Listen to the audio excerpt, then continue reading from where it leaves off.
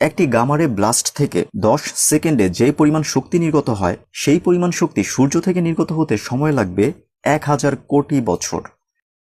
2006 সালের পর আরও কিছু গামারে ব্লাস্ট বিজ্ঞানীরা লক্ষ্য করেন, কিন্তু বর্তমানে প্রতিষ্ঠিত কোনো থিওরির মাধ্যমে এই গামারে ব্লাস্ট ব্যাখ্যা করা যায় না, যার ফলে অনেকে মনে করেন এই গামারে ব্লাস্টগুলো মূলত হোয়াইট হোল, যা থেকে প্রচুর পরিমাণ শক্তি নির্গত হয়।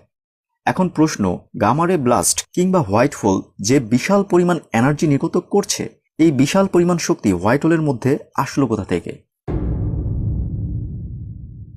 এমন প্রশ্নে অনেকে মনে করেন হোয়াইট হোল মূলত তৈরি হয় ব্ল্যাক হোল থেকে। আমরা জানি ব্ল্যাক হোলে যে কোনো বস্তু বা যে কোনো এনার্জি পতিত হলে তা ইনফিনিটলি স্মল পয়েন্টে একীভূত হয়, যাকে বলে সিঙ্গুলারিটি।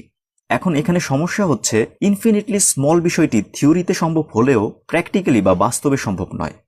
সুতরাং ব্ল্যাক হোলের সিঙ্গুলারিটিকে যদিও অসীম ঘনত্বের মনে করা হয়, তবে অসীম ঘনত্ব বিষয়টি বাস্তবে কল্পনা করা সম্ভব